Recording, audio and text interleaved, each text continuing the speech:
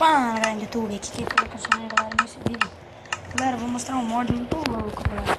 É de hamster. Galera, eu vou pegar só alguns aqui.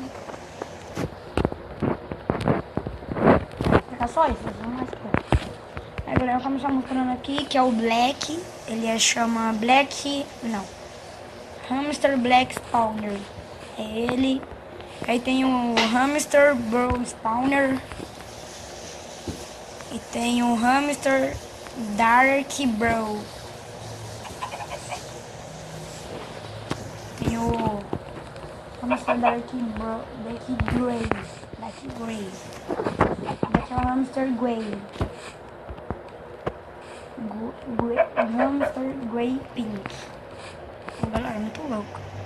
Hamster marrom. Olha, isso aqui parece uma vaquinha. Olha daqui. Nossa, daqui. Hamster Plum. Olha, galera, muito louco. Galera, pode ter o teu, ó. Vou até mostrar mais aqui. Esse aqui é o último, é o Plum. Tá.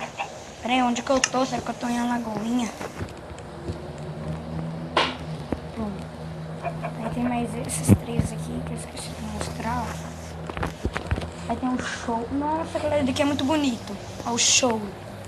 Hamster Snow.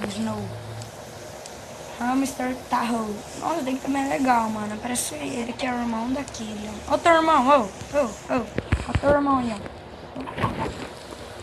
Tem o Hamster Witch Skeleton. Tô zoando. Galera, é esses, galera. Esse daqui vai ser o meu, mano. Tio. Não domar.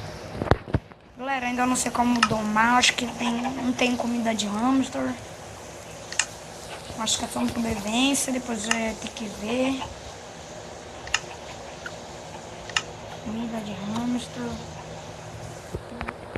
Será que ele come pé de coelho? A galinha. Essa galinha, mas tá com uma textura. Mas, galera, é muito bom. Cadê o meu? Cadê o meu? Aqui. Se você gostou, vem aqui comigo. Olha. Se você gostou, galera, curte aí. Valeu.